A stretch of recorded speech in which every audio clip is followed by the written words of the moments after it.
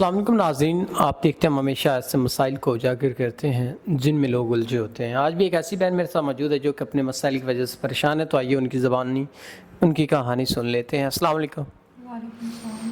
اچھا بہن، مجھے بتائیے گا زندگی کے کیا معاملات، کیا پریشانیاں ہیں جن کی وجہ سے آپ پریشان ہیں؟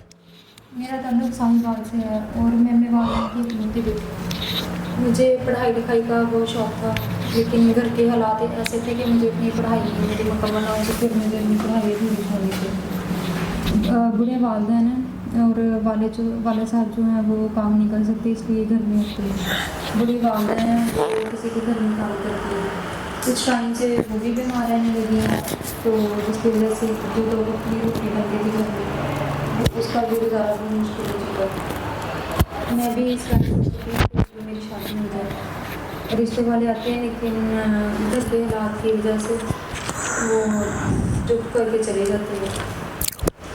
تو آپ کیسے اپنے نظام زندگی کو مزید آگے چلا پائیں گی؟ میں چاہتی ہوں کہ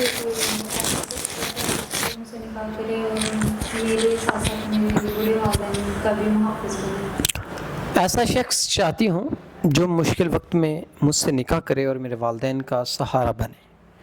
ناظرین، اگر کوئی ایسا انسان جو اپنی ماں اور باپ کی جگہ سمجھتے ہوئے اگر ان کے والدین کو اپنا ماں باپ سمجھے اور ان کی خدمت کرے تو یہ نکاح کرنے کے لیے تیار ہیں، تو ہم امید کرتے ہیں کوئی ایک انسان ان سے نکاح کرے گا تاکہ ان کی تمام تر پریشانیاں کم ہو سکیں اور یہ عزت کی زندگی جی سکیں۔ تو اسی کے ساتھ اپنے میزبان نواب احمد کو دیجیے گا اجازت۔ خدا حافظ۔